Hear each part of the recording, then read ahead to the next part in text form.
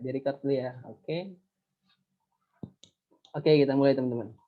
Nah, sekarang itu kita bakal coba kerjain kasus 2015-2016 ya. Ini terkait dengan persediaan. Nah, kalau persediaan itu biasanya prosedur audit yang dilakukan itu disuruh perhitungan fisik ya. Nah, nanti ada metodenya, ada dua, ada metode perpetual atau metode periodik. Nah, biasanya suruh ngitung fisik. Oke, kita mulai aja teman-teman. Kita baca dulu soalnya ya.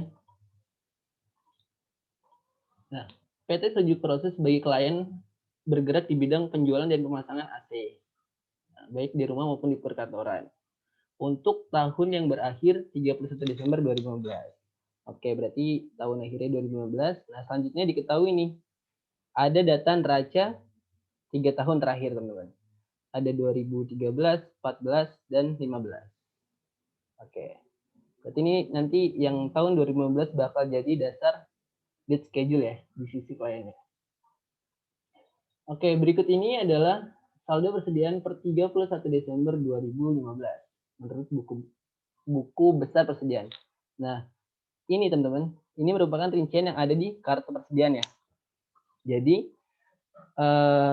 sesuai permintaan soal, nanti di sini diminta sporting schedule sama lead schedule-nya. Berita acara, stop. Ini sih, berita acara pemeriksaan ya, bukan sporting schedule. Terus sama terakhir nanti ada sporting schedule. Nah, data yang ada di sini, ini merupakan data berdasarkan kantor atau berdasarkan buku besar. Nah, sehingga yang kita gunakan itu adalah yang FF1 ya, terkait pemeriksaan fisiknya. Ini langsung aja kita salin ya.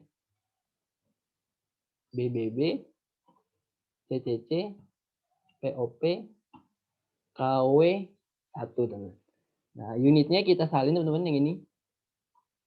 Ada 2480, 3466, 3984, 4016, dan yang terakhir 23766. Nah, ini data menurut fisik menurut buku besar atau menurut kartu. Bisa kita salin di sebelah sini teman-teman. Oke, di sini coba kita total unitnya.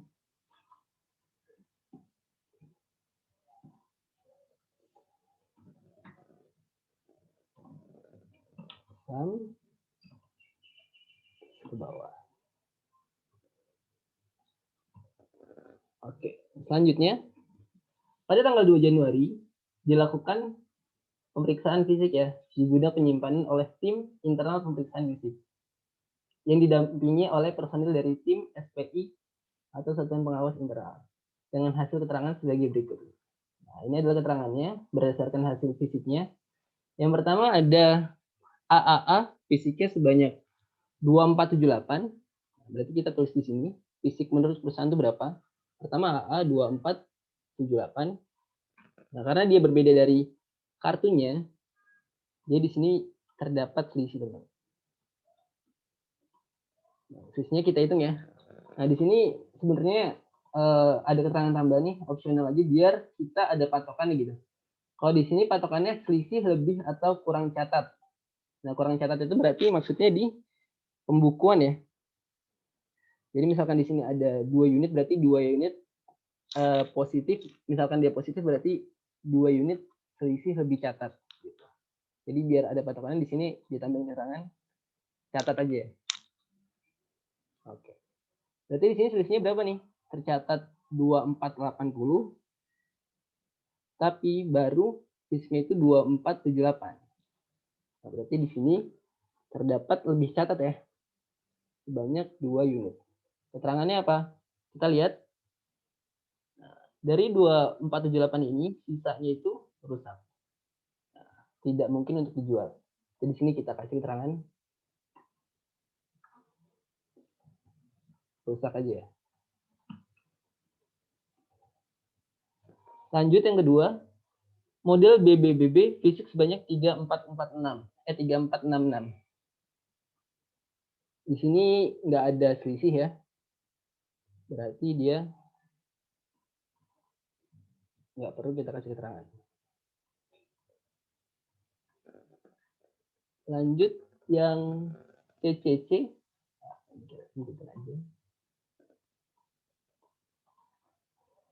Sekarang yang CCC teman-teman, fisiknya ada 3990. 3990. Nah, berarti di sini ada kurang catat ya. Kurang catat sebanyak 6 unit.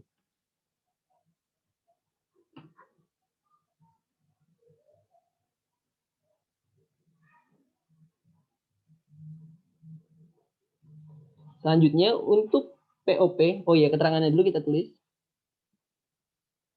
3990 dalam keadaan baik. Nah, bisa dilihat ya, di sini karena fisiknya itu lebih besar daripada kartunya, kita bisa ambil kesimpulan nih bahwa ini ada persediaan yang belum dicatat. Belum dicatat aja keterangannya. Selanjutnya untuk POP, fisiknya sebanyak 4000, sisanya masih dalam proses inden atau barang masih dalam perjalanan. Tetapi klien sudah mencatat sebagai pembelian tahun 2015. Nah, ini ada sisinya 4000. Sebenarnya kita harus tahu dulu nih, kita menggunakan metode FOB apa gitu? Shipping point atau destination. Nah, coba kita baca info tambahannya dulu di sini. Ya.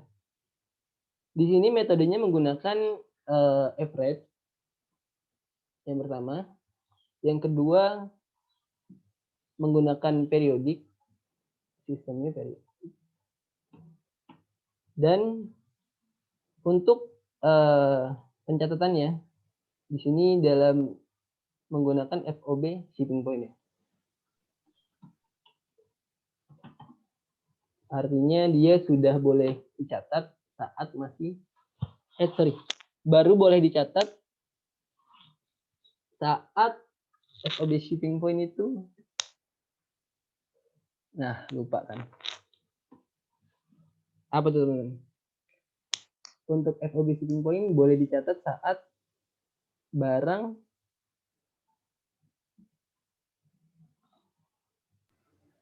sudah pas dikirim nggak sih? Pas dikirim ya? Iya, kalau destination kan yang pas barang nyampe. Oke. Nah, di sini keterangannya adalah pembelian ya. Pembelian barang sudah mencatat sebagai pembelian tahun 2015. Berarti di sini ada koreksi gak teman? Enggak. Oke. Yang poin tadi poin 4 ya. Hanya sebanyak 4000 unit. Sisanya masih dalam proses inden. Di sini fisiknya ada pencatatannya ada 4016. Berarti di sini nanti tidak ada koreksi ya. Karena di sini menggunakan FOB shipping point, di mana kita boleh mencatat saat barang itu masih dalam perjalanan. Tapi fisiknya di sini baru ada 4000. Tapi nanti tidak ada koreksi. Oke, lanjut. Untuk KW1. Nah, KW1 di sini fisiknya sebanyak 23766. Nah, dari jumlah tersebut 3000-nya sudah laku terjual, teman-teman. Namun masih dititipkan di gudang klien. Nah, jadi teman-teman, meskipun fisiknya itu ada 2376, ya, ada 2376. Nah, tapi karena 3000-nya ini dia sudah jadi milik orang, nah di sini bisa kita tulis aja sebanyak 23766 kurang 3000 ya. 3000 itu milik. Maaf, itu salah baris. Oke, kita turunin satu tadi. Nah, di sini masih ada 20766. Nah, di sini tulisannya fisik milik perusahaan. Nah, untuk yang tadi yang POP itu kita bisa catat aja di sini ya. 4000. fisiknya.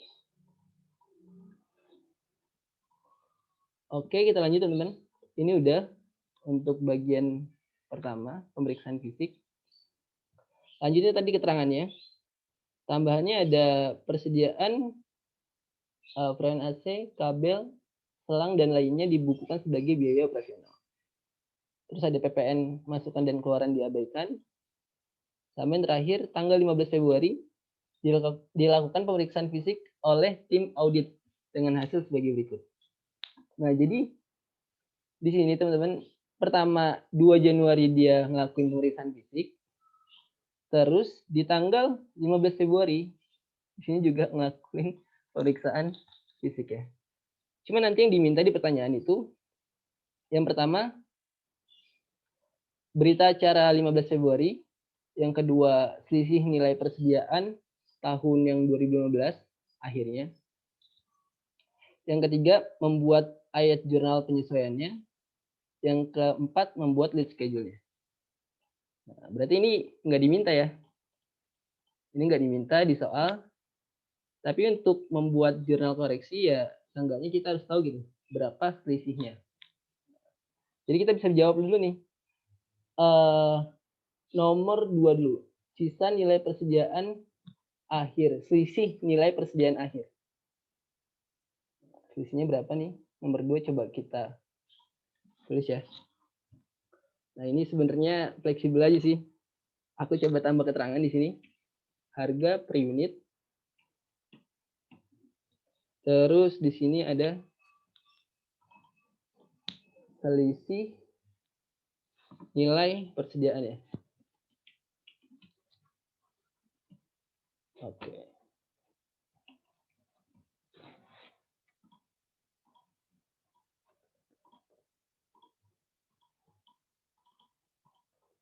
Sini selisih nilai persediaan. Kita harus cari dulu nih harga per unitnya berapa dari masing-masing item. Pertama untuk ini AAA, BBB, CCC. Kita pindah ke sini aja ya. Pertama AAA, nilai per unitnya berapa? Kita bisa lihat dari daftar persediaan ini. Rumusnya itu berarti saldo dibagi total unit. Ya. Saldonya berapa di sini?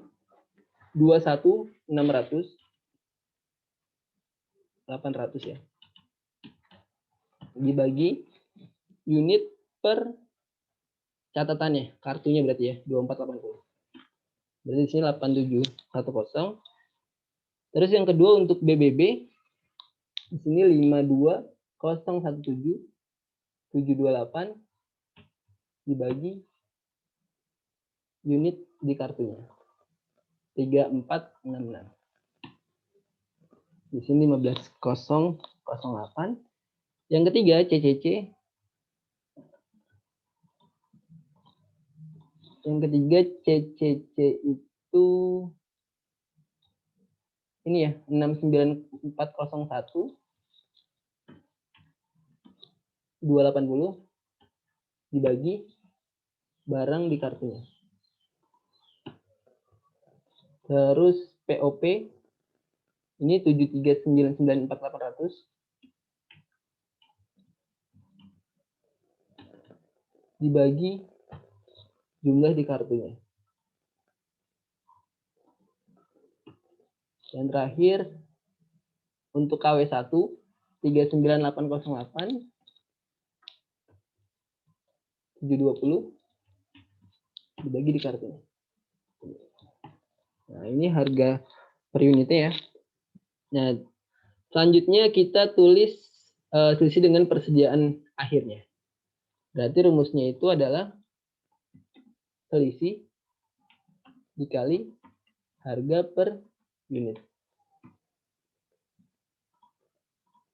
Nah, coba kita tulis ya.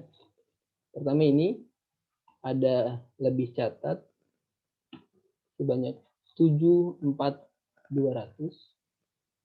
17420. Lanjut yang ini kosong kita tarik ke bawah aja. Nah, sampai yang kedua ini Ini yang kedua 104520.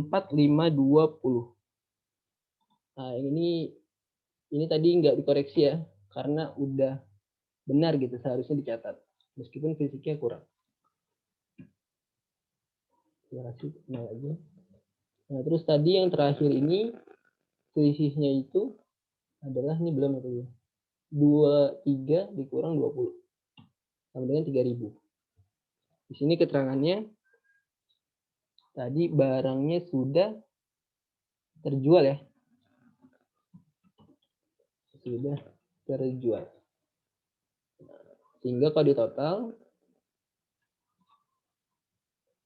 selisih dengan nilai persediaan akhir itu gini ya. Nah,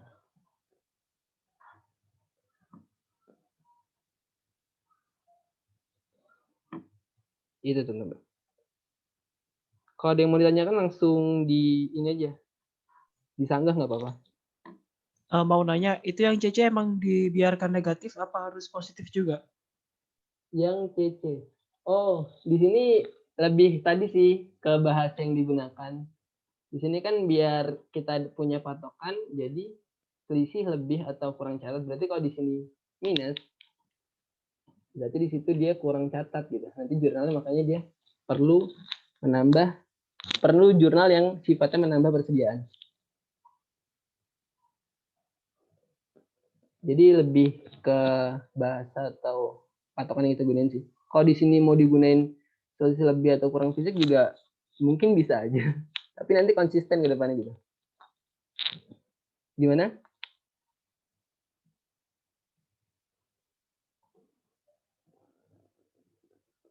Oke, makasih. Oke, kita lanjut. Ini biar kita ada patokannya. Jadi lebih mudah dibaca gitu. Kita lanjut ya. Pertanyaan yang tadi udah, nomor 2 udah kejawab. Selanjutnya jurnalnya. Nah, pertanyaan ketiga dulu. Jurnalnya coba kita buat ya. Nah, di sini. Sama yang keempat membuat list schedule-nya. Nah, jadi jurnal penyesuaian ini nanti kaitannya dia ke list schedule-nya ya. Nah, list schedule-nya yang diminta itu untuk penjualan, HPP, dan persediaan. Jadi yang diminta itu dari data yang ini. Ini berapa yang perlu dikoreksi usulan dari auditornya. Oke, coba kita buat jurnal koreksinya dulu. Nah, yang perlu diingat teman-teman, di sini kita menggunakan metodenya itu metode periodik ya, bukan perpetual gitu. Jadi kalau periodik itu saat ada pembelian, dia catatnya tuh kayak gini. Pembelian pada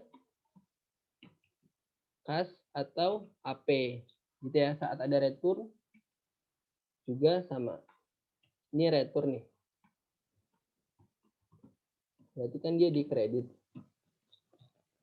Di sini kas pada AP, terus di sini kalau ada diskon juga sama.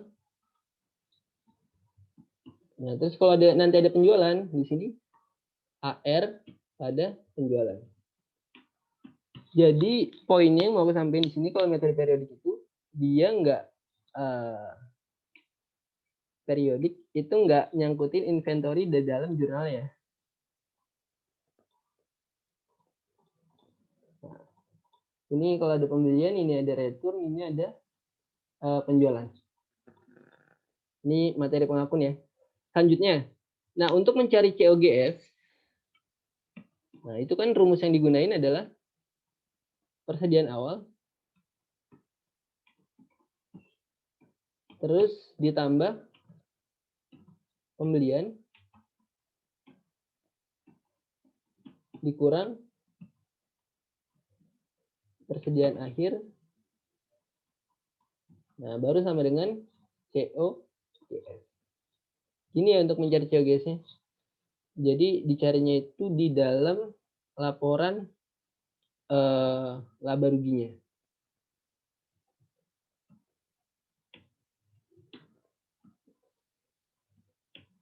Di sini aja, di sini minus. Nah. Jadi nanti jurnalnya juga kurang lebih harusnya nggak menyerempet inventory sama sekali ya. Kecuali kalau kita menggunakan metode perpetual itu baru inventory dicatat saat terjadi transaksi. Nah, coba kita buat jurnalnya. Yang pertama AAA. AAA di sini keterangannya dia itu barangnya rusak dan terdapat lebih catat ya.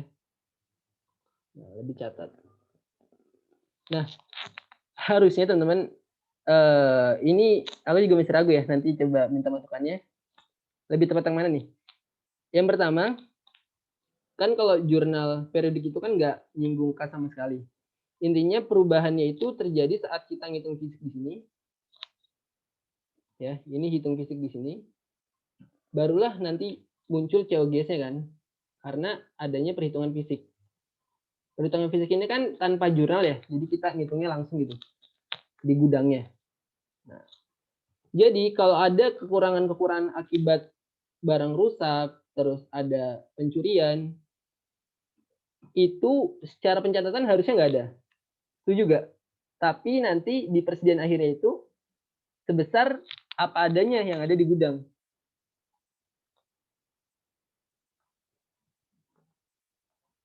Ya, itu kalau periodik setauku gitu ya.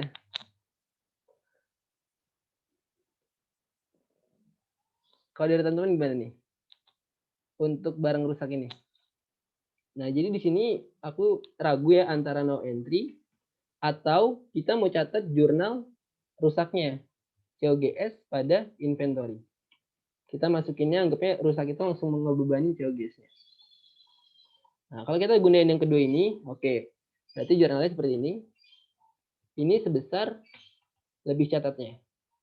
17.420, di sini juga 17.420. Nah, biar mempermudah, teman-teman. Di sini kita tampilin keterangan, di sini inventory akhir, dampak inventory akhirnya. Di sini dampak ke COGS-nya.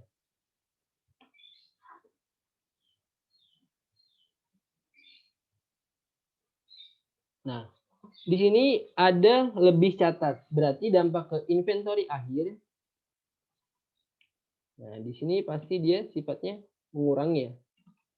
Nah, sedangkan COGS ini dia bakal bertambah. Oke, ini yang pertama. Terus yang BBB no entry. No entry. Terus yang CCC. CCC di sini keterangannya adalah belum dicatat.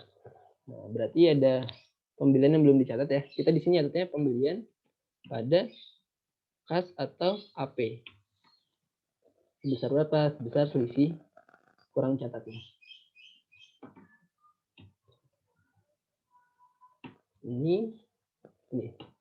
Nah, dampaknya nanti ke inventory-nya, ke inventory akhirnya, kalau ada pembelian yang belum dicatat, otomatis ini bakal nambah ya. Dan COGS-nya bakal berkurang. Sesuai dengan rumus ini. Rumus yang sebelah sini. Kalau ada pembelian, ada yang kurang catat, otomatis kan persediaan akhirnya, pembeliannya nih bakal nambah. Dan persediaan akhirnya juga otomatis nambah. Nah, sehingga COGS-nya itu bakal berkurang. Gitu ya. Ini dampak ke COGS-nya buat kita ngitung load schedule-nya. Sampai yang terakhir KW1.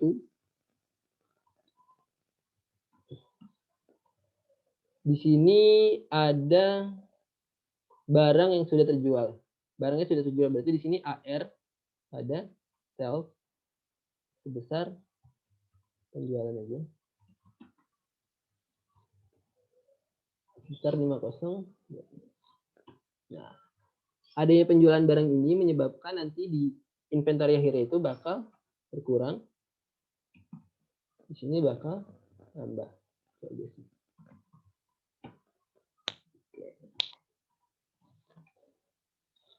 Oke, ini jurnal koreksinya ya. Nah, tadi ragu di sini.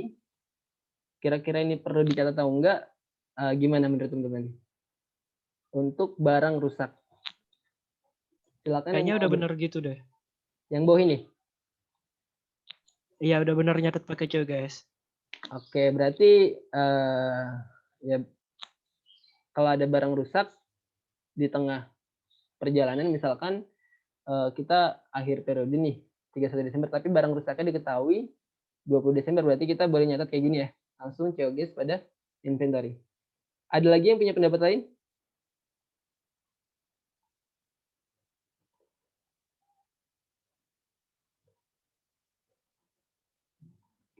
No entry ini berlaku misalkan ya, dia rusaknya sebenarnya terjadi 20 Desember, tapi kita baru mengetahui di pas fisik akhir benar-benar gitu. Otomatis di sini nggak perlu ada jurnal kan?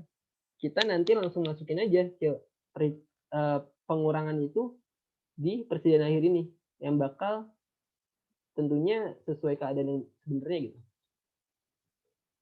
Nah, kira-kira gitu ya. Jadi nggak apa, boleh pakai yang ini jurnalnya atau pakai no entry. No entry ini lebih tepatnya ke prinsipnya sih. Prinsip dari periodik itu kan nggak dicatat, nggak menyinggung si inventory sama sekali. Oke, lanjut ke lead schedule-nya teman-teman.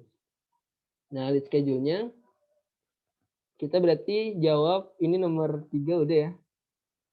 Jawab nomor 4. Lead schedule. Di sini lead schedule-nya itu untuk tahun yang berakhir 31 Desember 2016. Ya. Ini menurutku ya. Ini bisa jadi dia salah ini ya. Salah. Soal ini salah. Karena kita kan periode auditnya itu kan di 2015 dan neracanya juga yang tersedia 2015. Jadi coba kita buat dulu nih lead schedule untuk tahun 2015 aja ya. Untuk akhir tahun 2015. Nanti di akhir kalau mau dibuat yang 2016 nggak apa. Bentar kita buat yang 2015.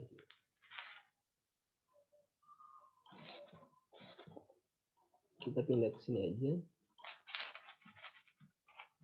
Nah, pertama ada per kliennya. Per kliennya berarti kita ambil yang ini. 1485 896 520. Terus ada HPP-nya. Kita buat positif semua aja ya. 1280 286 384.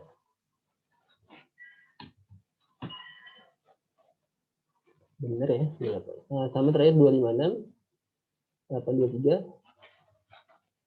328. Nah, coba kita masukin usulan jurnal, usulan koreksinya teman-teman. Nah, kita ngeliatnya dari dampak ini ya, dampak sebelah sini. Pertama penjualan, di sini ada bertambah penjualan 5025.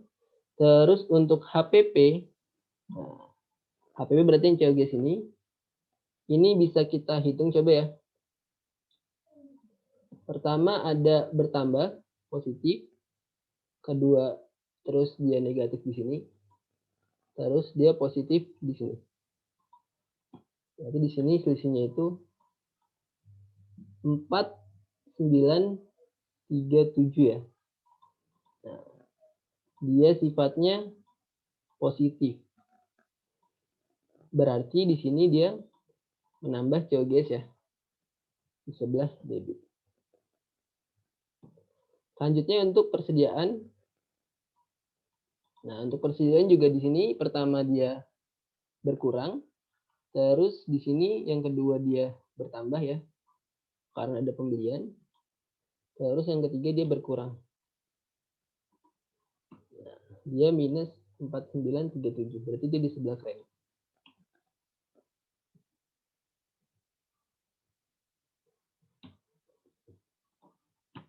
Nah, sehingga di sini tinggal kita hitung untuk penjualannya itu ada per auditnya segini. Terus ada HPP-nya segini dan ada sisa persediaannya segini. 251 885 343 425. Oke, ini lead schedule-nya teman-teman. Oke, berarti pertanyaan nomor 5 sejauh ini ya untuk sampai ke 2015 itu udah terjawab. Ntar di akhir kita diskusin mau buat schedule 2016 atau enggak gitu ya. Sekarang kita coba jawab dulu yang KKA per 15 Februari 2016. Nah, KKA-nya jadi bentuknya sama kayak gini, cuma di sini kita buat per Februari 2016 ya.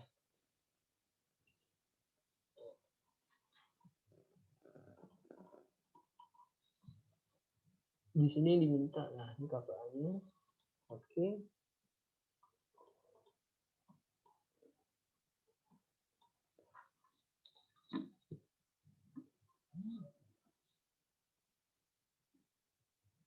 Nah, selanjutnya untuk 2016.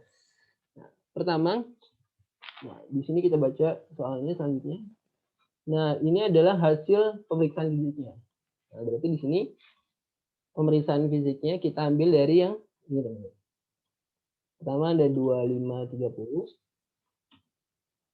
Terus ada yang kedua 3474. 4280. Terus 4466. 21. 466. Nah, pembelian persediaan selama bulan Januari sampai dengan 13 Februari yang setelah diaudit adalah sebagai berikut. Ini pembeliannya, ya berarti ini sifatnya menambah unit dari masing-masing item, dan ini adalah penjualannya, jadi sifatnya mengurang unit untuk masing-masing item. Nah, jadi unit yang tercatat di kartu, nah, kita bisa hitung ya. Nah, dasarnya itu, ya, ini kalau salah tolong dikoreksi ya. Dasarnya itu tadi kan ini hasil audit atau hasil perhitungan fisik oleh si auditor ya. Yang fisik di 2015 awal. Sorry, 2 Januari 2016. 2016. Nah, ini juga yang sifatnya udah diaudit pembeliannya, dan ini juga penjualan yang udah diaudit. Nah, jadi rumusnya untuk unit ini, rumusnya itu kita tulis di sini aja. Pemeriksaan fisik 2 Januari ditambah pembelian dikurang penjualan. Oke, coba kita hitung ya. Ini menurut unit catatan si auditor. Atau di kartu lah. Kita saling kesini aja deh. Nah, pertama fisik 2 Januari. Yang AA dulu. 2 Januari fisiknya itu ada 248 ditambah pembeliannya ini 60 dikurang penjualannya 5. Nah, berarti di sini unit yang tercatat itu 2533. Terus untuk BBB fisik yang menurut auditor awal sini 3466 ditambah mana nih? 20 dikurang 12.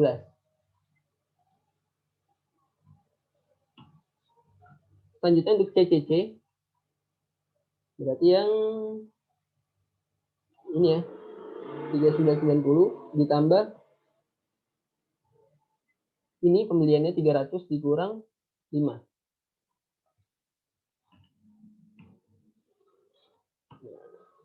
Untuk fisik yang di 2016 ya.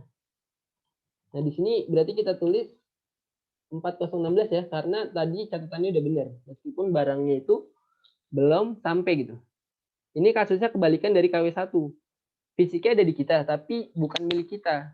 Nah, makanya di sini meskipun fisiknya di sini 23766, tapi yang jadi milik perusahaan itu cuma 20766. Sedangkan yang POP ini meskipun fisik yang dipegang oleh perusahaan itu cuma 4.000, Nah, tapi karena kita tadi gunain FOB shipping point, maka udah boleh kita anggap sebagai persediaan yang kita beli ya untuk barang yang masih di perjalanan. Yang 16 unit sisanya.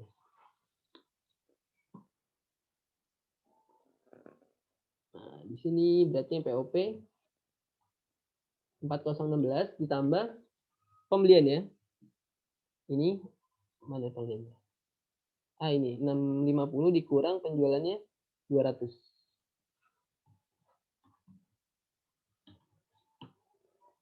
Terus yang KW1 terakhir fisiknya ini 20.766 ditambah pembeliannya 1.300 dikurang 350.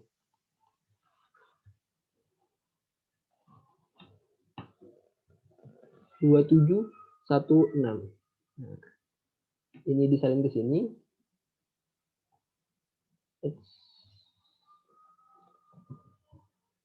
Nah, ini adalah selisihnya ya. Keterangannya nggak ada nih. Karena di sini dia rata-rata ini ya. Rata-rata lebih catat.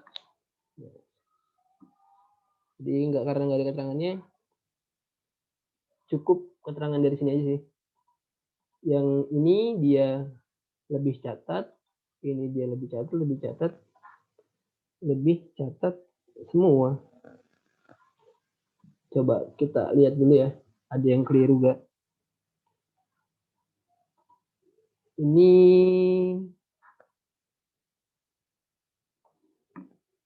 udah bener belum?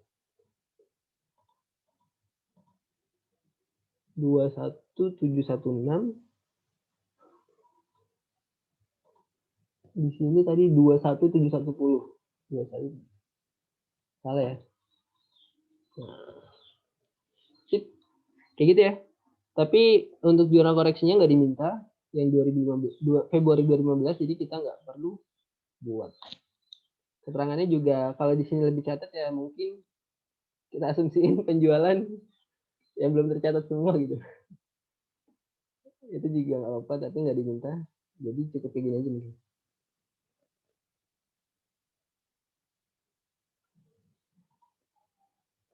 Oke. Itu aja teman-teman, mungkin udah 4 pertanyaan udah terjawab ya.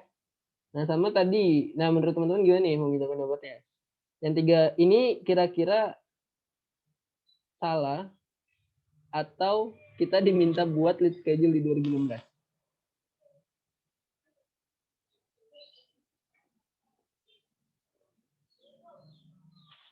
Soalnya yang belum kesinggung itu, ini harga rata-rata belum kesinggung. Itu belum kesinggung ya. Udah sini aja nih, harga rata-rata belum kesinggung. Nah kira-kira ini mau dibuat lead schedule 2016 atau sesuai auditnya berarti 2015? Coba kalau ngerjain yang schedule utama 2016 bisa nggak? Oke, berarti pertama di sini selisihnya harus kita asumsiin dulu nih, masuknya kemana aja ya. Oke, di sini kan pertama ada lebih catat. Fisiknya ini yang kuning. Nah, ini menurut kartunya. Kartunya 2533, ini fisiknya segini. Berarti di sini ada lebih catat. Lebih catat, anggap aja ada ini ya penjualan yang belum tercatat. Atau barang rusak aja apa nih? Di sini bolehlah penjualan ngasal nih.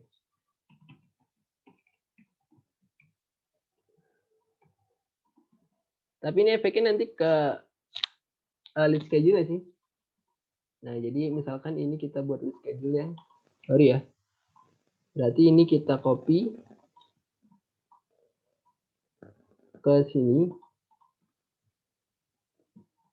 Nah, di sini kita ubah aja per audit ya. audit 2015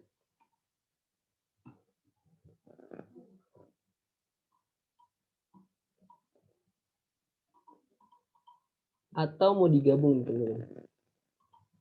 Sebenarnya nggak ada panduannya sih.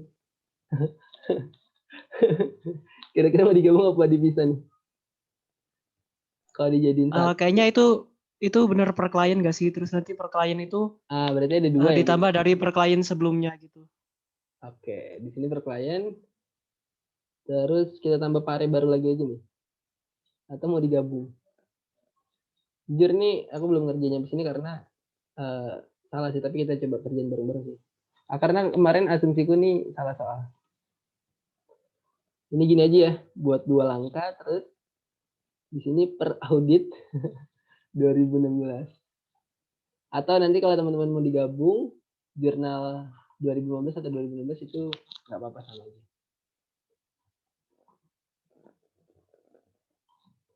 Di sini biar kelihatan perbedaannya gini.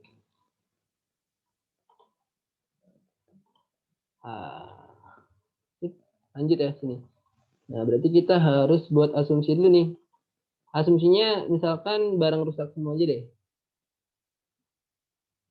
Biar cepet. Barang rusak. Lebih catat semua jadi atau barang hilang. Oke, berarti kita. Nah, selanjutnya kita perlu hitung dulu teman-teman. Berapa harga per unit dari masing-masing item. Nah, tadi kan di sini kalau fleksibelnya itu aku tambahin ya.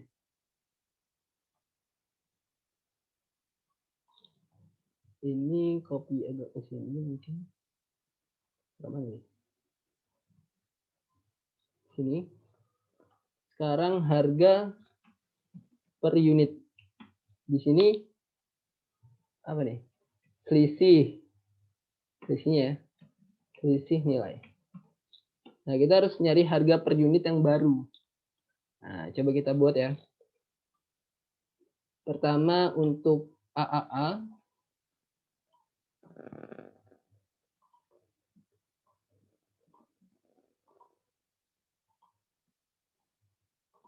Di sini ada saldo awal. Di sini ada pembelian. Di sini ada penjualan.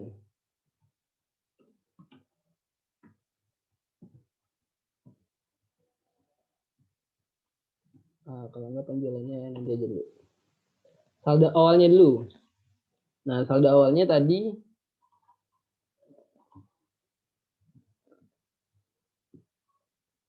ini harga per unit. Di sini unit. Di sini saldo. Tadi yang pertama harga per unit yang ini ya, yang udah kita cari di awal. Ini 8710. Terus unitnya itu otomatis yang berdasarkan fisik ya. Fisiknya itu yang ini 2478. Terus saldonya berarti segini. Nah, terus ada pembelian. Pembeliannya itu untuk AAA 60 unit. 60 unit. Terus harga per unitnya 900. Nah, ini kita total. Ini. Nah, ini saldo. Ini di total. Ini di total. Nah, sehingga dapat harga per unit yang baru. Setelah di pembelian ya. Ini dibagi ini. Jelek banget. Nah, ini harga per unit yang baru. Kalau penjualan itu nggak ngefek ke harga ya. Jadi kita abaikan aja. Kalau ada penjualan itu kan cuma sifatnya ngurangin unitnya aja, nggak menghasilkan harga per unit yang baru. Nah, ini. Jadi di sini selisihnya tadi untuk yang AAA itu dia segini. harga perunit baru, terus tinggal kita kali sisinya. Ini dikali yang ini. Nah, ini adalah selisih nilai untuk perhitungan fisik di 2016 Februari ya. Baru yang AAA. Di sini disuruhnya ada 4 nih. Sampai BB, CC, POP, KW. Nah, sama teman-teman, langkahnya kayak gitu semua. Ya, pertama saldo awalnya.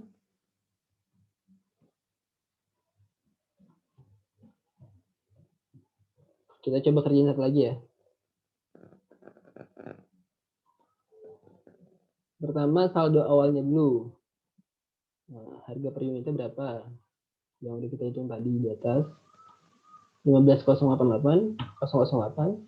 Terus unitnya. Ini kita kasih jeda sedikit. Unitnya menurut audit ini ya 3466. Nah, sehingga totalnya ini udah otomatis. Terus pembelian. Pembelian tadi pakai yang BBB ini 16.500. 16.500. Terus unitnya ada berapa BBB? 20. Nah, sehingga ini saldo akhir ya. Terus di sini baru harga per unit kembali. Nah, itu yang BBB. Terus yang diminta aja ya, yang diminta itu mana aja? CC sama KW1. Ya, lanjutin aja nih. POP nggak usah berarti. CC dulu.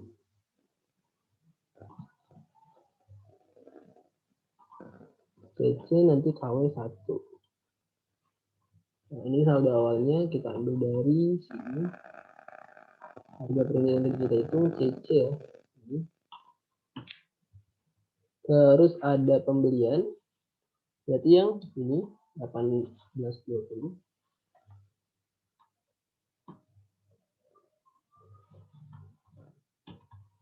Nah, di sini unitnya ada berapa nih? 300.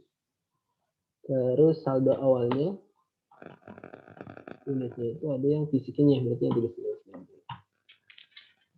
Ini udah otomatis harganya segini. Sama yang terakhir ini saldo awalnya itu yang ini saldo awal harga per unit di awal ya. Ini. Terus yang pas beli dia 1.700. Di sini unitnya 1.300. Saldo awalnya itu unitnya adalah ini ya 20.766. Nah, sehingga harga akhirnya segini. Oke, udah dapat harga per unit yang baru semua. Gunain average ya. Baru kita masukin ke sini. Sekarang BBB-nya berapa? Ini. Terus CCC. CCC mana nih CCC? Ini. Terus ada yang KW1 yang ini. Nah, kita tulis, kita tinggal kaliin ya. Ini harga per unit dikali selisihnya tadi. Kita asumsiin barang rusak semua. Nah, jadi total selisihnya sum. Ini 138605. Nah, terus jurnal koreksinya. Karena tadi barang rusak semua, kita jadiin satu aja. COGS pada inventory. Sebesar 138. Nah, baru kita masukin yang ini. Jurnal koreksi 13 Februari 2016 sebagai parenya. Sebelah sini. Tadi. Di bawah ya. Ini.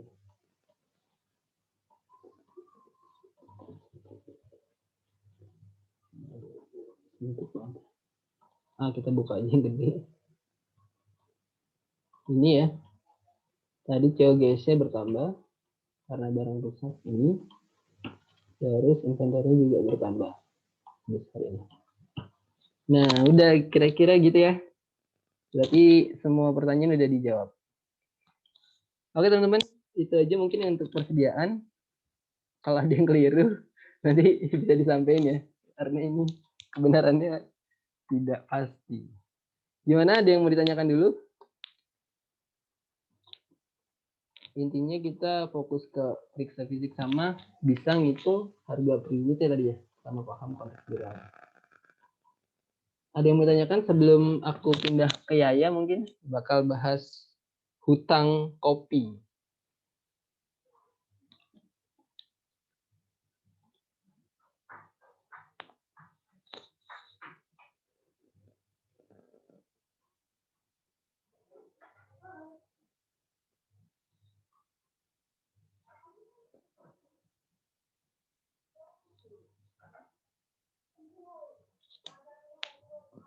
Halo?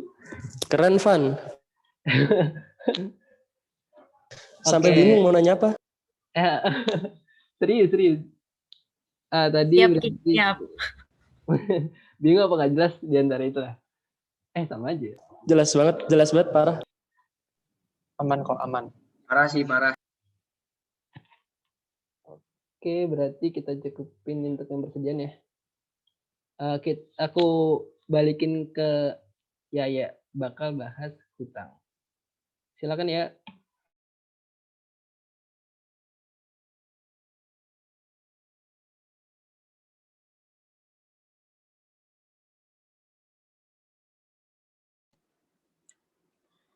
Oke, kita bakal mulai. Pokoknya nanti kalau misalnya bingung atau gua nggak jelas, interupsi aja langsung.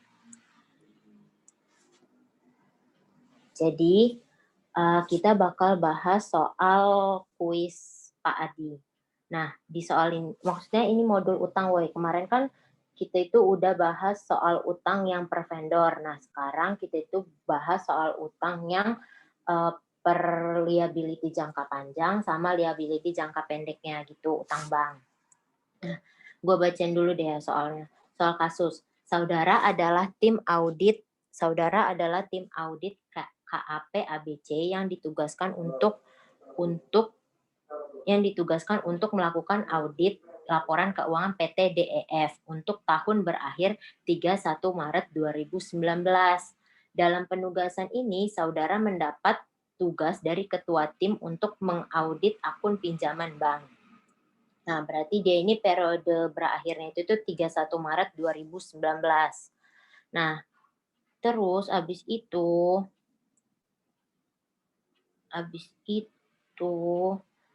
di ini ada laporan keuangannya PT DEF per 31 Maret 2019 dibagi liabilitas jangka pendek sama liabilitas jangka panjangnya.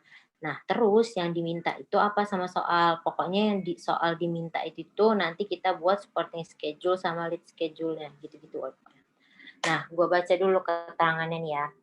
Yang pertama, PT DEF memperoleh fasilitas pinjaman dari Bank GHI pada tanggal 1 Januari 2019 dengan rincian sebagai berikut.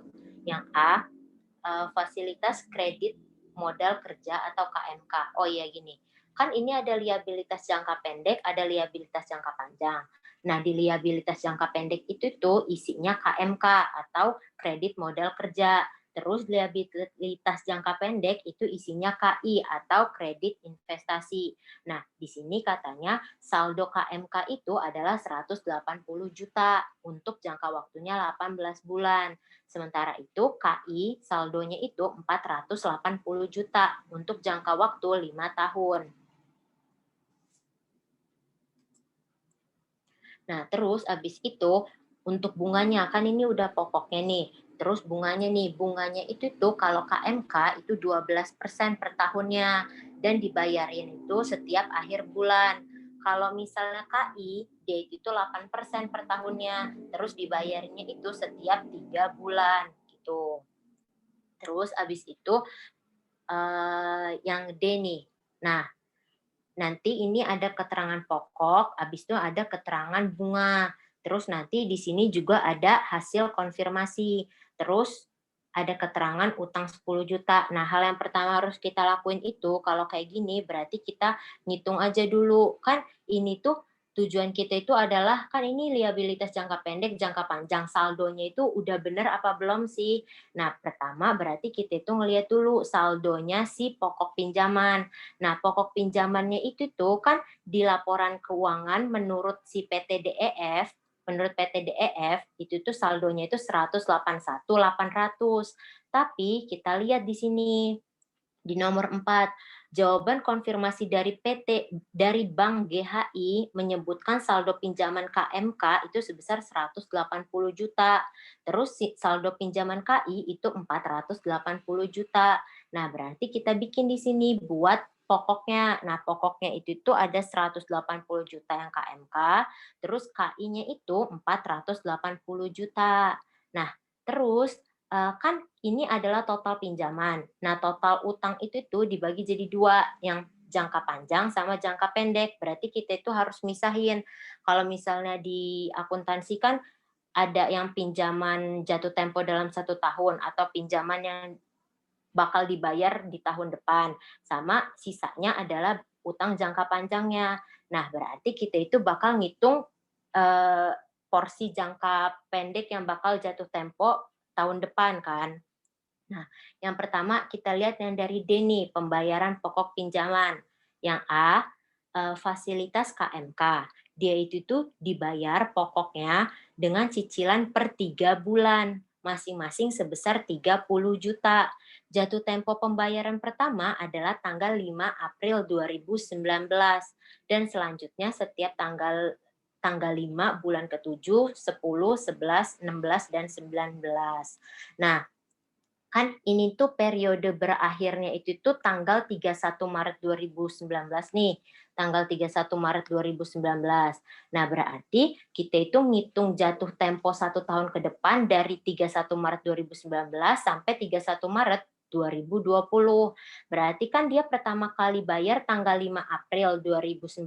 Berarti kita tambahin aja 3. Nah, kita lihat di sini. Berarti dia bayar tiap 3 bulan sekalinya itu April, Juli, Oktober, Januari, terus April lagi gitu, 1 April.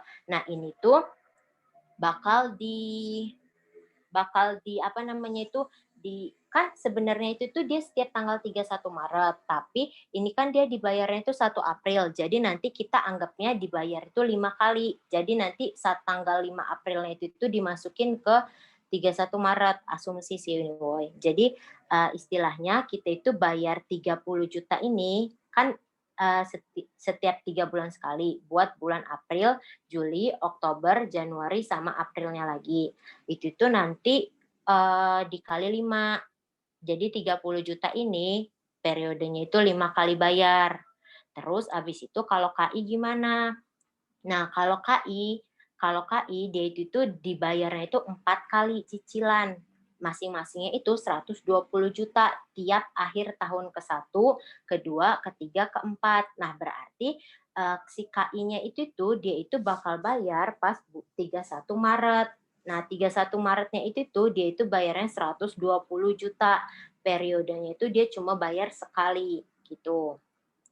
Nah, berarti nanti dari 180 juta ini ada utang yang bakal jatuh tempo setahun ke depan, yaitu sebesar cicilan yang dibayarin buat tahun depan 30 juta dikali 5 kali bayar. Terus yang KI gimana? Yang KI juga 120 juta pembayaran tahun depan dikali sekali doang dia bayarnya. Nah, terus berarti dari saldo KMK 180 juta ini si liabilitas jangka pendeknya itu 150 juta, terus liabilitas jangka panjangnya itu 30 juta. Kalau yang KI gitu juga 480 juta total, yang bakal jatuh tempo setahun ke depan atau yang jangka pendek itu 120 juta, jangka panjangnya itu 360 juta gitu. Jadi nanti diklasifikasinya bukan kayak gini, tapi nanti kita ubah per saldo sebenarnya. Itu baru yang bagian pokok. Nah, bagian bunganya gimana? Kita lihat di sini. Katanya itu mana ya? Yang nomor 3 nih, beban bunga yang telah dihitung dan dibukukan, bukan woi. Oh ini nih yang B, 1B. Fasilitas KMK dikenakan bunga tetap 12% per tahun dan harus dibayar setiap akhir bulan. Sedangkan fasilitas KI dikenakan bunga tetap 8% per tahun dan dibayarkan setiap 3 bulan. Nah, berarti tingkat bunga per tahunnya itu 12% KMK, yang KI itu 8%. Nah, ya udah kalau kita menghitung bulan bunganya dari Januari sampai Maret 2019, kita tinggal kaliin aja 12%, kayak pengakuan dikali pokoknya, terus dikali 3/12, karena cuma 3 bulan. Yang ini juga sama, KI-nya 8%, dikaliin 480, dikaliin 3/12, sama dengan 9.600.000. Nah, terus ada nih keterangannya, beban bunga yang telah dihitung dan dibukukan PT DEF dari pinjaman-pinjaman tersebut sampai 31 Maret 2019 adalah 5.400.000. Namun sampai 31 Maret itu yang baru dibayar itu 3.600.000. Berarti beban bunga ini yang udah diakuin itu tuh si 5.400.000. Nah, yang udah diakuin tuh 5.400.000. Berarti nanti kita bakal nulis koreksi karena si 9.600.000 ini belum diakuin gitu. Sementara yang 5.400.000 sudah diakuin ya. Nah, terus kalau udah kayak gini, kita udah bisa bikin supporting schedule-nya. Nah, supporting schedule-nya itu kita masukin aja pinjaman KMK ini sama pinjaman KI. Pinjaman KMK sama pinjaman KI. Kan pinjaman KMK ini saldo menurut klien adalah 181.800. Terus yang KI itu 480 juta. Terus kita lihat untuk ngasih tahu hasil untuk nulis status konfirmasinya, kita lihat di keterangan nomor 4 ini. Jawaban konfirmasi PT GHI menyebutkan saldo KMK sebesar 180 juta. Berarti hasil konfirmasi dia adalah reporting difference. Terus yang KI itu 480 juta. Nah, berarti ini confirming balance karena udah sesuai sama yang antar klien sama konfirmasi gitu. Terus nanti kita totalin. Terus habis itu perbedaannya itu kenapa sih bisa ada 1.800.000 perbedaan ini? Kan harusnya 180, malah dia 1.800.000. Nah, perbedaannya itu kita lihat di sini, kita lihat kan gini ya. Katanya fasilitas KMK dikenakan bunga tetap 12% per tahun. Nah, berarti kan per tahunnya itu tuh nanti si 180 juta dikali sama 12% gitu. Nah, tapi dia itu tuh salah. Dia itu tuh malah salah 12%. Nah, ini adalah bunga total per tahun, tapi dia itu tuh salah. Dia itu malah masukin si utang bunganya pada bulan tersebut, pada bulan Maret itu adalah ke dalam si saldo pinjaman bank. Gue ulangin. Jadi kan harusnya saldonya itu 180 juta. Nah, harusnya kan dia itu bayar utang bunga tuh tiap bulan 1.800.000 utang bunga dia tiap bulan. Nah, malah si saldo utang bunga ini dia itu salah ngejurnal. Harusnya dia masukin ke utang bunga, malah dia masukin ke saldo pinjaman bank KMK. Makanya jadi nanti 180 ditambah 1.800.000, jadi 181.800 gitu. Jadi karena dia itu nambahin si utang bunga per bulannya ke dalam si 180 juta ini gitu. Terus abis itu udah. Oh ini deh, ini belum. Nah, terus habis itu kita buat yang MM1.2.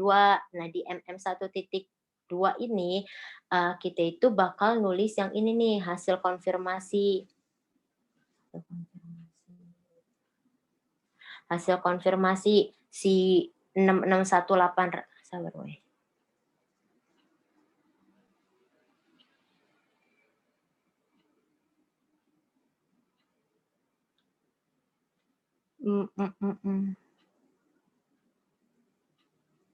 Iya, kok nggak ada selisih perbedaan? Itu belum Bimbing dimasukin gua, ya. Van. Itu belum Gua. lupa dimasukin selisih persediaannya di schedule yang sebelumnya. Bimbing gua. Nah, itu belum dimasukin selisih perbedaannya itu, yang RD-nya. Oh iya, bodoh.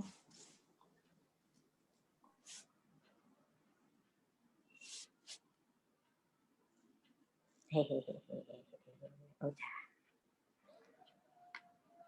Lupa, guys. Bentar.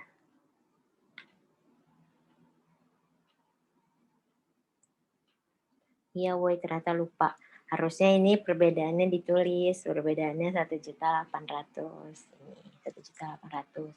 Nah, terus habis itu kita baru bisa bikin ini itunya, schedule-nya. Nah, hasil konfirmasi itu kita itu lihat dari sini.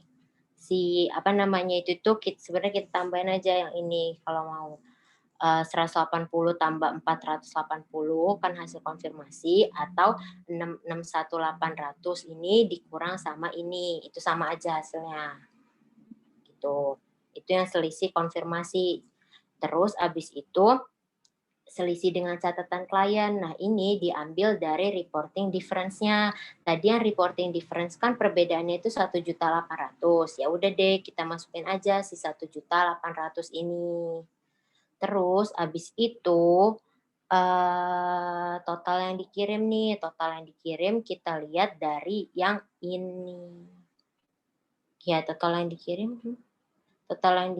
kita lihat dari yang ini. Ini total yang dikirim. Terus abis itu total utang usaha ini itu kita tambahin, jangan lupa dari ini. Terus kita lihat tadi di soal ada saldo utang bunga, kan dia termasuk utang tuh. Jadi nanti ditambahin sama 10 juta untuk jadi total utang usahanya gitu. Pokoknya gitu yang supporting schedule. Apakah ada yang ditanya sampai sini? Itu yang pembayaran bunga KMK, saya masih nggak masuk. Yang kenapa 5 April tahun selanjutnya itu masih masuk di perhitungan 5 April, perhitungan 2019. Oh, nggak tahu sih sebenarnya, kan gue itu apa namanya, kayak masukin aja. Karena itu tuh udah kayak apa namanya, kayak gue tuh mikirnya kayak yang 31 Desember, terus habis itu dibayar 1 Januari, jadi gue masukin aja. Harusnya enggak ya, karena dia masih 31 Maret. Tapi terserah sih.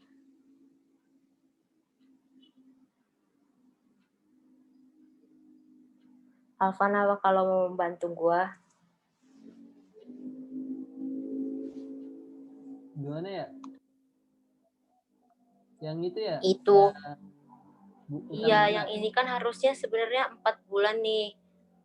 4 bulan mepet gitu. Karena dia bayarnya 5 April. Kan ini guys, prinsip akrual aja. Walaupun belum ada pencatatan, tapi kalau di akhir tahun kan tetap diakui bunganya.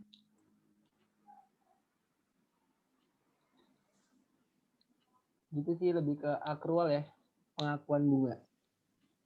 Jadi tetap diakui. Gimana?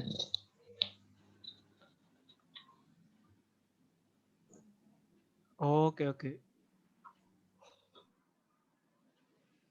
Maaf ya, Woy. Apakah ada yang ingin bertanya lagi?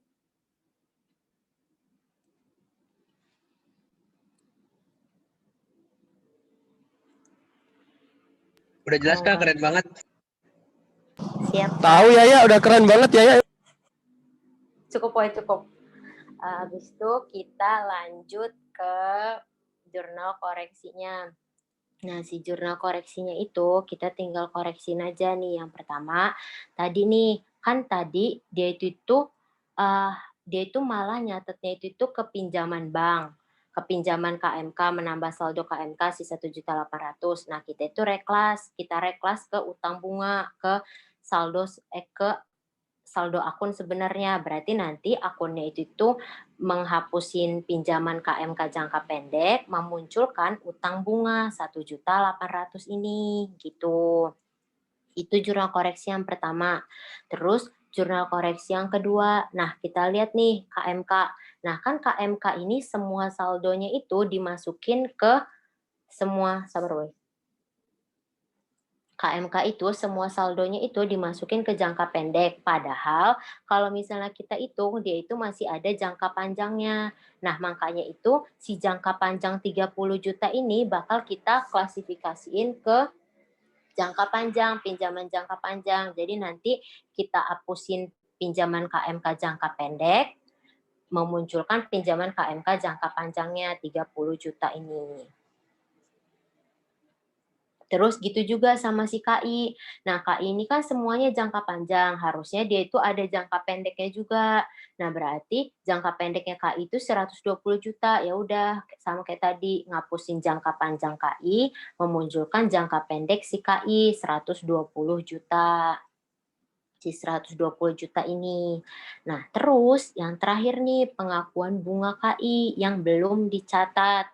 Nah, pengakuan bunga KI yang belum dicatat itu tuh yang tadi kan katanya bunga yang telah diakuin itu tuh 5.400.000.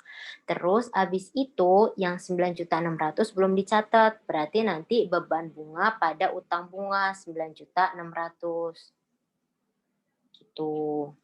Nah, itu baru jurnalnya.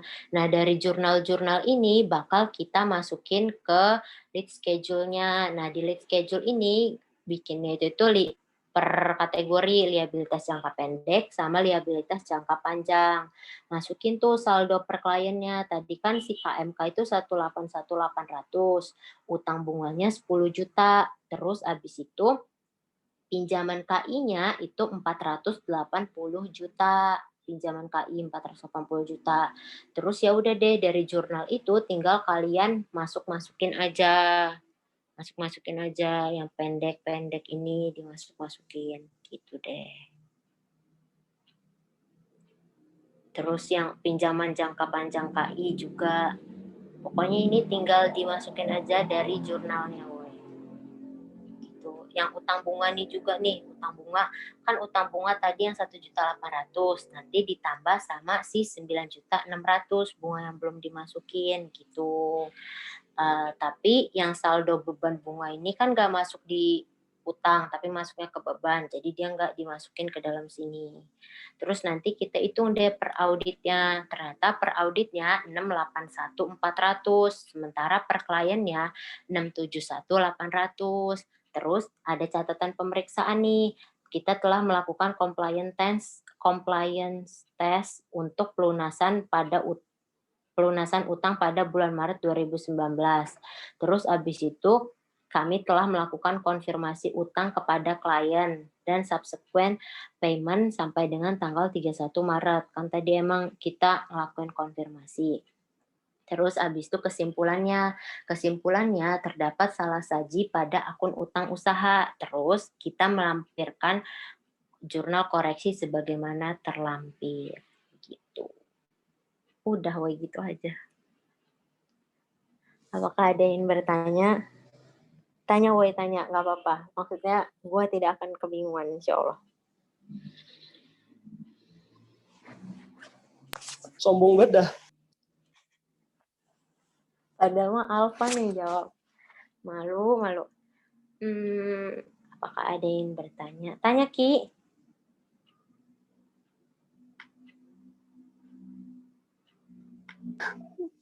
Bingung ya tanya apaan?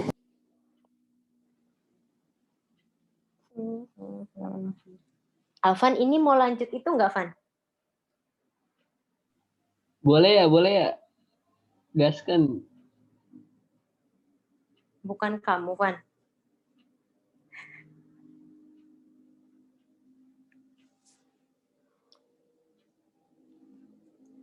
Ada yang mau tanya nggak nih utang?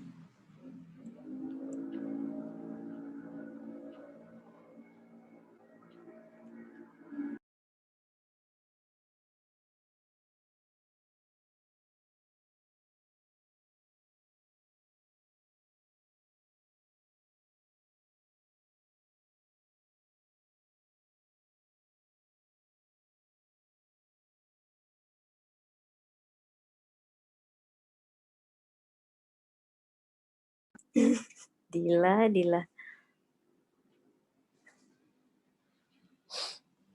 Nggak ada Dil. Oke. Lanjut kali ya. Ini lanjut. Tapi ini adalah, ini apa namanya, jawabannya itu jawaban kita orang pribadi, woy. Ini jawaban Alvan, guys, sebenarnya. Jadi kalau misalnya ada keliru, tolong koreksinya ya. Jadi di sini itu tuh sekarang yang modul KAS. Nah, modul KAS itu ini. Ini bukan sih? Bentar deh.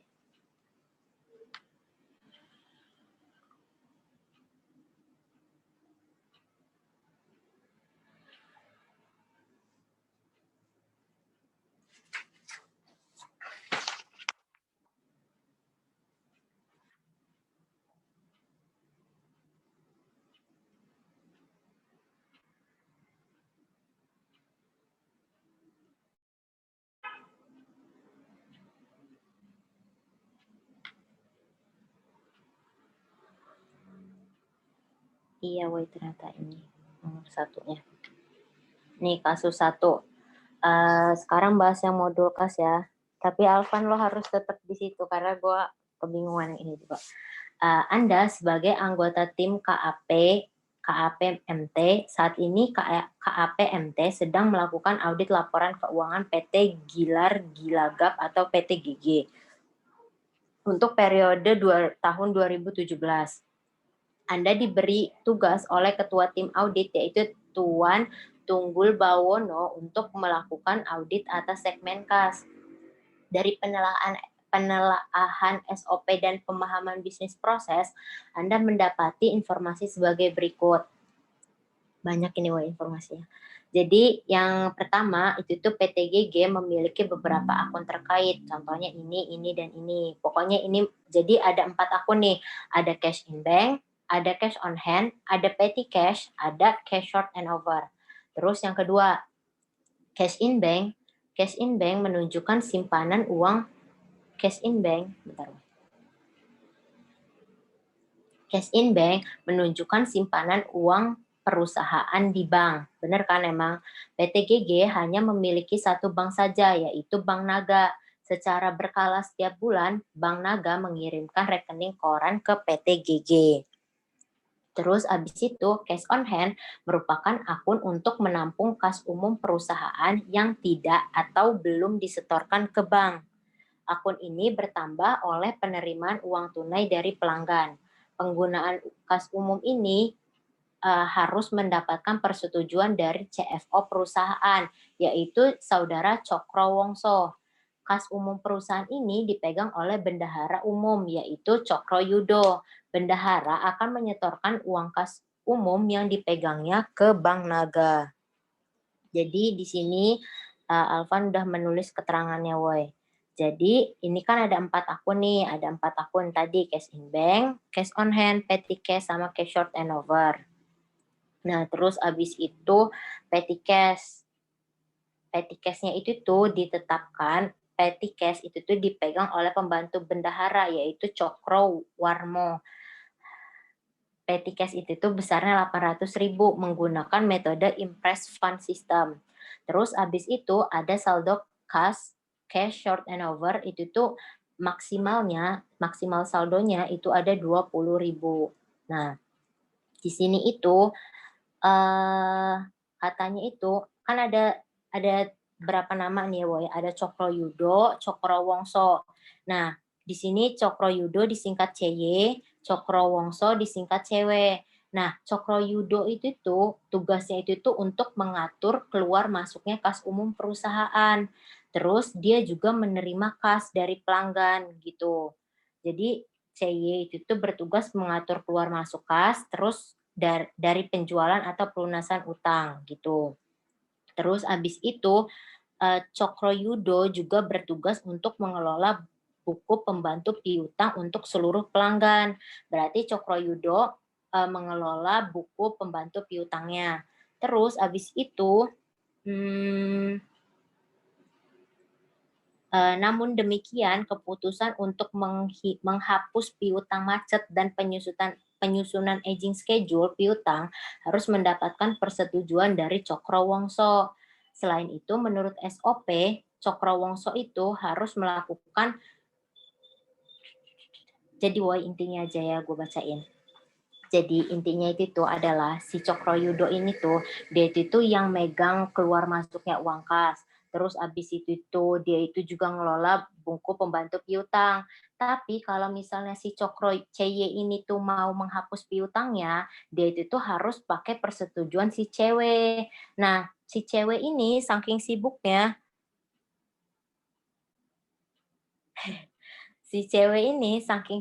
dia itu tuh nggak pernah tanggung jawab loh. Dia itu tuh malah nggak ngitung si fisik uangnya, padahal kan harusnya dia ngitung fisik uangnya.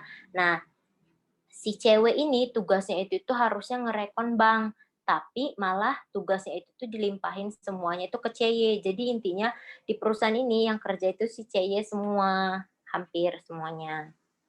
Nah, terus abis itu pada 1 Desember saldo cash on hand itu tuh 5.050.000. Saldo cash short and over itu 0 rupiah. Nah, ini ada transaksinya. Terus apa sih yang diminta pertama? Yang diminta pertama, apakah di PTGG ada kemungkinan terjadinya kitting dan lapping? Nah, di sini ada jawaban Alvan, Woy. Jadi, lapping itu adalah jenis penggelapan yang dilakukan dengan cara penundaan pembukuan atas penagihan rekening tagihan untuk menyembunyikan adanya kekurangan uang tunai. Nah, kalau misal sebenarnya kita harusnya ngerjain ini dulu sih, Woy, baru bisa nganu yang ini. Jadi nanti di sini itu nanti dia itu hasilnya itu bakal ada kekurangan duitnya. Nah, berarti dia itu bakal memenuhi ini kan, ada kekurangan duit. Terus abis itu setelah kita baca yang ini tadi, si perusahaannya itu tuh nggak menerapkan SOP yang baik loh. Harusnya kan si cewek itu tuh ngerekon memeriksa fisik kasnya, tapi si cewek ini nggak pernah meriksa, malah yang kerja ngurusin semuanya itu si CY. Nah, makanya bakal ada kemungkinan terjadinya penggelapan uang ini dengan cara penundaan pembukuan. Terus abis itu kitting. Kalau kitting itu tuh adalah penyalahgunaan penerimaan kas yang dilakukan secara sengaja untuk sementara waktu maupun jangka panjang. Nah, jadi kayak misalnya kitting itu tuh menyembunyikan defisit uangnya gitu. Jadi pokoknya menurut kami itu tuh bakal ada kemungkinan terjadinya lapping dan kitting karena terdapat kekurangan uang yang cukup signifikan dan SPI-nya masih banyak kelemahan gitu. Terus habis itu yang nomor 2 nih, lakukan pengujian terinci atas saldo cash on hand, petty cash, cash short and over, gitu-gitu. Nah, Alvan kalau yang ini salah bilang ya. Jadi yang pertama berarti nanti kita itu disuruh ngitung saldo cash on hand, cash on bank, sama cash short and over, sama petty cash-nya. Nah, yang pertama nih, cash on hand dulu nih. Kita bagi cash on hand, tabel cash on hand, sama tabel petty cash-nya. Nah, pertama nih, 1 Desember katanya saldo cash on hand itu tuh menunjukkan angka 5.050.000. Berarti cash-nya ini saldo awal masih sama nih, 5.050.000 sama fisiknya 5.050.000. Terus habis itu kalau misalnya si petty cash ini saldo awalnya itu dia kan tadi udah nih dikasih tahu di sini menetapkan besarnya petty cash itu 800.000. Berarti saldo awal petty cash itu 800.000. Terus nanti tanggal 10 Desember. Tanggal 10 Desember, kas dari penjualan tunai hingga hari ini tercatat menurut catatan penjualan di cash register sebesar 11.368. Tapi fisiknya itu 11.375. Nah, berarti di kas masuk ini kita itu bakal tulis tuh ada terjadinya perbedaan yang seharusnya. Yang tercatat itu tuh 11. Oh iya, terima kasih Mario.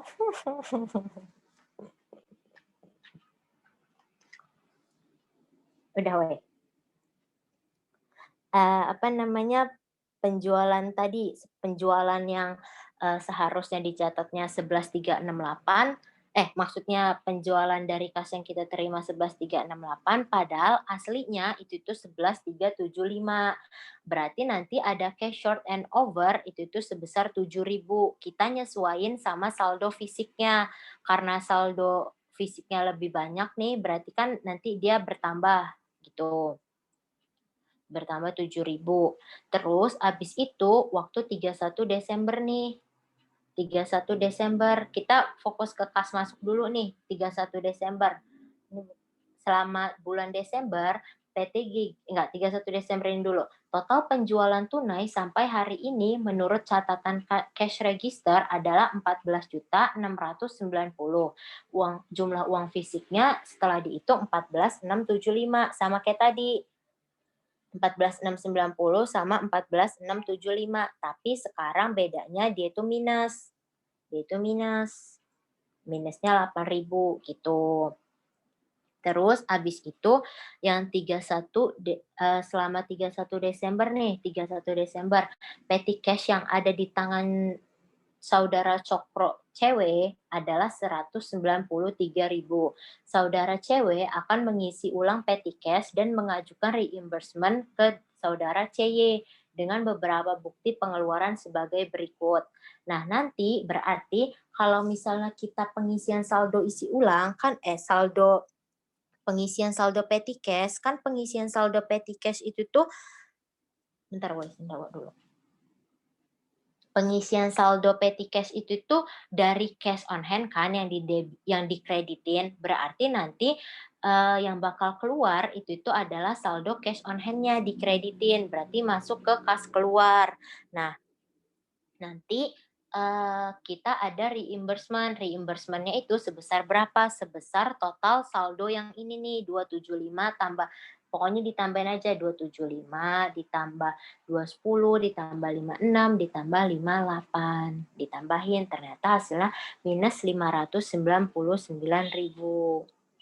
Nah, terus abis itu ini juga nih pengisian petty cash. Pengisian petty cash pas awal, saldo awal 800.000 ini berarti kan dia ngambilnya dari cash on hand. Nah, makanya saldo cash on hand-nya itu berkurang 800.000 buat saldo awal yang ini tadi. Terus abis itu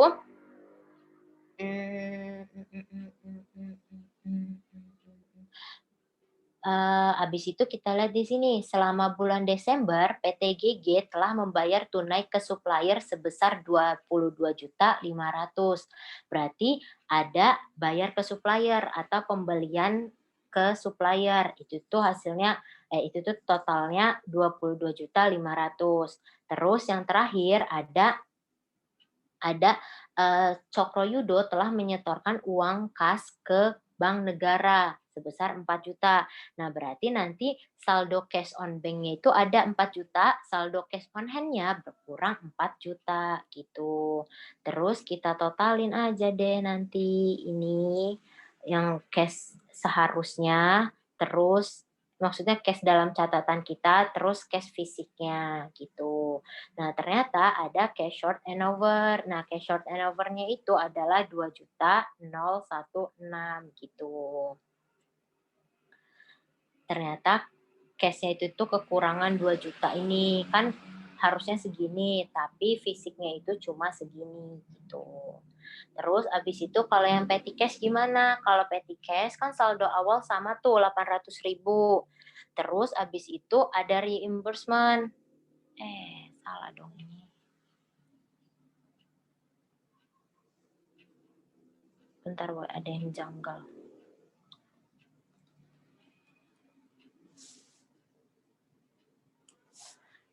Terus kita itu ngegunain apa namanya, mengeluarkan pengeluaran ini segini totalnya. Nah, ini kan totalnya. Terus saldo petty cash kita sekarang adalah 201. Sementara itu katanya petty cash yang ada di tangan saudara cewek itu tuh cuma 193. Berarti nanti ada cash short and over sebesar minus 8.000 gitu. Terus abis itu ya udah berarti nanti ada selisih. Kan ini dikurang nih, fisiknya kan 800.000, totalnya tetap sama. Terus kan harus apa namanya itu reimburse tetap. Terus saldo fisiknya itu cuma 607, berarti ada cash short and over 193. Berarti nanti total cash short and over-nya adalah ini ditambah ini. Alvan Ya, apa lo mendengar gue? Yang Kayaknya ada yang salah deh. 8.000 nggak usah deh. Apa-apa? Yang 8.000-nya. Karena udah input yang ini guys, yang 800. Itu. Ini, iya deh. Ini bener tau, Van? Ini. Ya nggak ini. tahu bener apa enggak. Hanya tahu sedikit itu. Ya weh, ini masih agak-agak ragu-ragu. Tahu tapi buat gambaran aja. Iya, buat gambaran ya guys. Terus jadi total cash short and over-nya itu tuh ini 2016 sama 193 ini gitu. Kekurangan cash-nya adalah segini. Terus kita jawab, berarti kekurangan cash-nya adalah sebesar 2.209. Nah, terus nomor 3 nih, nomor 3, sebutkan dan jelaskan proses audit dan teknik audit yang digunakan untuk mengumpulkan bukti audit. Nah, jawaban Alvan, woy. Apa namanya itu tuh, proses auditnya itu tuh asersi itunya itu tuh keakuratan dan keberadaan dengan cara pemeriksaan fisik. Caranya itu tuh menghitung ulang fisik uangnya gitu. Terus habis itu yang kedua, keakuratan dan detail tie-in dengan cara rekalkulasi. Rekalkulasi itu berarti kita itu menghitung ulang saldo-saldo yang menurut klien yang terus kita hitung ulang, terus mempertimbangkan perhitungannya itu udah benar atau belum. Terus ada kelengkapan dengan cara kelengkapan dan keberadaan dengan cara inspeksi. Nah, inspeksi menggunakan teknik vouching, melihat dokumennya itu tuh untuk memverifikasi transaksinya itu tuh udah benar belum tercatat, jumlahnya juga udah benar belum tercatatnya. Terus memeriksa kelengkapan dokumennya. Terus habis itu keberadaan dengan cara juga pengujian kas kecil dilakukan dengan cara menghitung saldo kas kecil dan menggunakan pelaksanaan pengujian terinci atas 1 atau 2 transaksi penggantian. Ini teori, woy. Terus habis itu yang nomor 4, jelaskan kelemahan-kelemahan pengendalian internal atas transaksi terkait kas di PT GG. Nah, kelemahan SPI itu tadi kan si CY itu tuh kerja terus, semuanya itu si CY kerja, nggak ada pemisahan tugas. Nah, berarti kelemahan yang pertama adalah nggak ada pemisahan tugas. CY itu tuh kerjaan mengatur semua, kas umum, habis itu mengatur keluar masuk kas umum dari penjualan dan pelunasan utang, Terus habis itu dia juga yang mengelola buku pembantu piutang. Nah, ini itu bakal menimbulkan fraud. Terus habis itu yang kedua masih ada penyalahgunaan wewenang yang tidak semestinya. Kan tadi itu tuh si cewek itu tuh kalau misalnya kita mau menghapus piutang harus ngomong ke cewek. Terus abis itu kalau misalnya si cewek itu kan mempunyai tugas buat rekonsiliasi kas. Tapi si cewek itu malah menyalahgunakan wewenangnya, malah nyuruh si CY yang buat rekonsiliasi. Nah, makanya itu ada penyalahgunaan wewenang yang tidak semestinya. Terus nomor 5, bagaimana cara auditor mengkomunikasikan kelemahan. Ini benar-benar teori sih, woy. Tinggal dibaca aja ini, kayak mengkomunikasikan ketidakberesan dan tindakan melawan hukum, terus mengkomunikasikan kondisi SPI yang dapat dilaporkan, terus mengkomunikasikan dengan komite audit, terus habis itu memberikan surat kepada manajemen untuk memberikan rekomendasi akuntan publik yang berguna untuk memperbaiki usaha kliennya. Oh ya, woy, ini disclaimer ya, woy, bener-bener kalau misalnya perhitungan yang ini belum tentu benar, tapi yang penting kita tahu konsepnya aja. Apakah ada yang ditanya? Duh, malu banget. Itu juga di soal nggak diminta sporting schedule-nya. Ada keterangan nih soalnya. Jadi benar-benar Dia mintanya saldo nggak sih, tapi? Iya, cuma suruh ngasih tahu, gambarin kondisi ya. Pertanyaan itu nggak diminta sporting schedule atau Kok error? Iya gitu. Apakah ada yang ditanya, friends? Tanya apa aja, woy. Insya Allah Alfon bisa menjawab. enggak. Sama ini soalnya dibuat sama siapa ya? Nggak tahu. Nggak tahu deh, nggak ada keterangannya ya. Pokoknya nanti UAS itu kan ada 3 kasus, woy. Berarti nanti kita itu fokusnya ke 3 kasus saja. Kasus utang, terus persediaan, terus kas. Kasnya ini juga cuma kas aja, nggak investasi. Jadi fokusnya ke 3 ini aja. Kalian lihat-lihat aja. Nanti kan aku sama Alvan share linknya. Nanti lihat-lihat aja soal sama jawabannya dari kasus-kasus 3 ini gitu. Gitu sobat. Udah Devan. Alhamdulillah. Rifki ngomong sih Ki. Oke, ada yang mau ditanyain nggak? Yang pekan lalu juga nggak apa-apa, yang intensif ya. Intensif ya.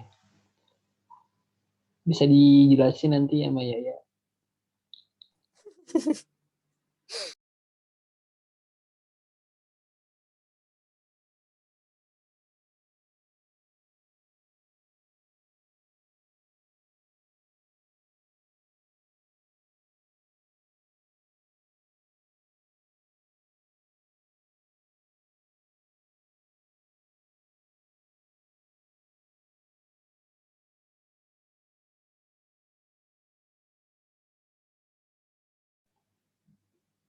Kayaknya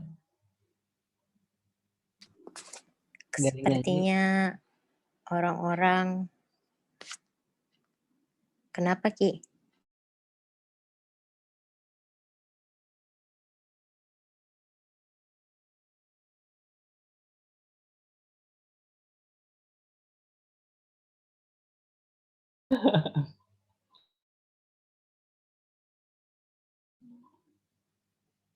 oke kali ya, cukup kali ya. Kalau nggak ada yang ditanya lagi. Iya cukup deh kayaknya. Doa dulu Van tapi. Oke teman-teman, udah nggak ada yang mau ditanyain ya. Oke, kayaknya dirasa cukup ya untuk pembahasannya. Nanti recordnya coba di-share. Kurang lebihnya mohon maaf ya teman-teman. Sebelum kita akhiri, mari berdoa menurut agama masing-masing. Semoga apa yang kita lakukan dapat bermanfaat. Berdoa dipersilakan.